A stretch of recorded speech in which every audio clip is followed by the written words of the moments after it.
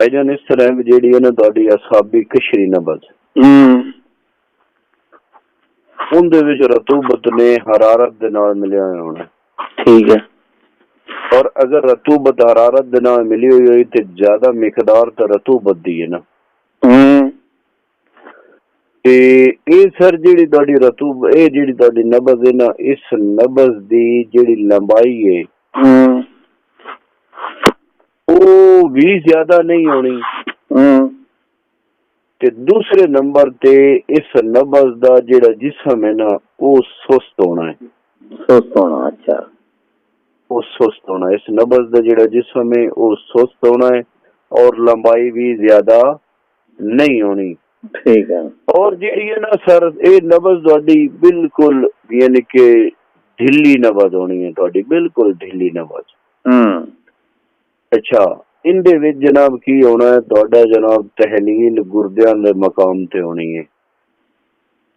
ਅਸਾਬੀ ਕਸ਼ਰੀ ਜੀ, ਅਸਾਬੀ ਕਸ਼ਰੀ ਦੇ ਮਕਾਮ ਤੇ ਤੁਹਾਡਾ ਜਿਹੜਾ ਹੈ ਨਾ, ਤੁਹਾਡਾ ਸਾਰਾ ਗੁਦਾ ਦੇ ਨਾਖਲੇ ਦਾ ਨਿਜ਼ਾਮ ਉਸ ਮਕਾਮ ਦੀ ਤਹਿਲੀਲ ਹੋਣੀ ਹੈ ਔਰ ਜਨਾਬ ਰਤੂਬਤ ਜਿਹੜੀ ਹੈ ਉਹ ਬਾਰ ਬਾਰ ਵੀ ਮੁਮਕਿਨ ਆ ਜਾਵੇ, ਯਾਨੀ ਕਿ ਰਤੂਬਤ ਦਾ ਇਖਰਾਜ। ਅੱਗੇ ਜਨਾਬ ਜਿਹੜੀ ਹੈ ਨਾ ਤੁਹਾਡੀ ਕਸ਼ਰੀ ਅਸਾਬੀ ਨਬਜ਼, ਕਸ਼ਰੀ ਅਸਾਬੀ ਨਬਜ਼ ਦੇ ਵਿੱਚ ਜਨਾਬ ਕੀ ਹੋਣਾ, ਤੁਹਾਡੀ ਜਿਹੜੀ ਨਬਜ਼ ਹੈ ਉਹਦੇ ਵਿੱਚ ਯਾਨੀ ਕਿ ਤੇਜ਼ੀ ਹੋਣੀ ਹੈ। ਤੇਜ਼ੀ ਇਸ ਸੂਰਤ ਵਿੱਚ ਹੋਣੀ ਹੈ ਕਿਉਂਕਿ ਇਹ ਸ਼ਦੀਦ ਖਤਰਨਾਕ ਨਬਜ਼ ਹੁੰਦੀ ਹੈ। ਕਸ਼ਰੀ ਅਸਾਬੀ ਨਬਜ਼ ਦੇ ਵਿੱਚ ਜਨਾਬ ਜਿਹੜੀ ਹੈ ਨਾ ਤੁਹਾਡੀ ਜਿਹੜੀ ਹੈ ਨਾ ਸਰ ਸੁਣੋ ਨਾ, ਮੇਰੀ ਗੱਲ ਸੁਣ ਕੇ ਜਵਾਬ ਦਿਓ।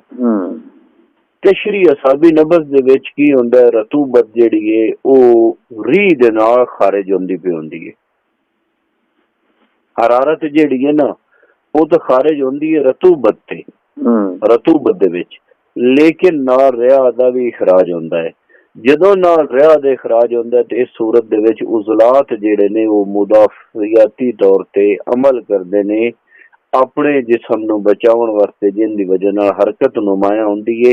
ਅਸਲ ਦੇ ਵਿੱਚ ਜਨਾਬ ਇਹ ਨਬਜ਼ ਟੁੱਟ ਚੁੱਕੀ ਹੁੰਦੀ ਹੈ, ਲੇਕਿਨ ਇਹਦੇ ਚ ਹਰਕਤ ਹਰ ਸੂਰਤ ਰਹਿੰਦੀ ਹੈ। ਠੀਕ ਹੈ ਨਾ ਜਨਾਬ। ਇਸ ਵਾਸਤੇ ਜਿਹੜੀ ਤੁਹਾਡੀ ਕਸ਼ਰੀ ਅਸਾਬੀ ਔਰ ਅਸਾਬੀ ਕਸ਼ਰੀ ਨਬਜ਼ ਹੈ ਉਹਦੇ ਵਿੱਚ ਜਨਾਬ ਬਹੁਤ ਫਰਕ ਹੈ, ਕਿਉਂਕਿ ਤਸਕੀਨ ਦੀ ਬਿਨਾ ਤੇ ਇਤਨੀ ਉਜ਼ਲਾਤ ਨੂੰ ਖਤਰਾਤ ਨਹੀਂ ਲਾਕ ਹੁੰਦੇ ਜਿਤਨੇ ਕਸ਼ਰੀ ਅਸਾਬੀ ਤਹਿਰੀਕ ਦੇ ਵਿੱਚ ਹੁੰਦੇ। ਇਤਨੇ ਜਨਾਬ ਅਸਾਬੀ ਕਸ਼ਰੀ ਤਹਿਰੀਕ ਜੋ ਉਜ਼ਲਾਤ ਨੂੰ ਖਤਰਾਤ ਨਹੀਂ ਹੁੰਦੇ ਜਿਤਨੇ ਕਸ਼ਰੀ ਅਸਾਬੀ ਤਹਿਰੀਕ ਚ ਹੁੰਦੇ। ਯਾਨੀ ਕਿ ਜਿਹੜੀ ਇਹਦੀ ਹਰਕਤ ਹੋਏਗੀ ਉਹ ਵੀ ਟੁੱਟੀ ਜੀ ਹਰਕਤ ਹੋਏਗੀ, ਬੇਕਾਇਦਾ ਜੀ, ਬਿਲਕੁਲ ਟੁੱਟੀ ਹੋਏਗੀ। ਔਰ ਇੱਥੇ ਵੀ ਜਨਾਬ ਕਿਉਂਕਿ ਰਤੂਬਤਾਂ ਨਹੀਂ ਨਾ ਰੁਕਦੀਆਂ ਇਸ ਸੂਰਤ ਵਿੱਚ, ਉਹਨਾਂ ਦਾ ਇਖਰਾਜ ਹੁੰਦਾ, ਦੋਨੋਂ ਸੂਰਤਾਂ ਹੀ ਰਤੂਬਤ ਦੇ ਇਖਰਾਜ ਹੁੰਦਾ ਹੈ। ਔਰ ਤਹਲੀਲ ਜਿਹੜੀ ਹੈ ਡਾਇਰੈਕਟ ਉਜ਼ਲਾਤ ਤੇ ਅਸਰਅੰਦਾਜ਼ ਹੋ ਰਹੀ ਹੁੰਦੀ ਹੈ, ਰੀਹ ਨੂੰ ਤੋੜ ਰਹੀ ਹੁੰਦੀ ਹੈ। ਹਾਂਜੀ।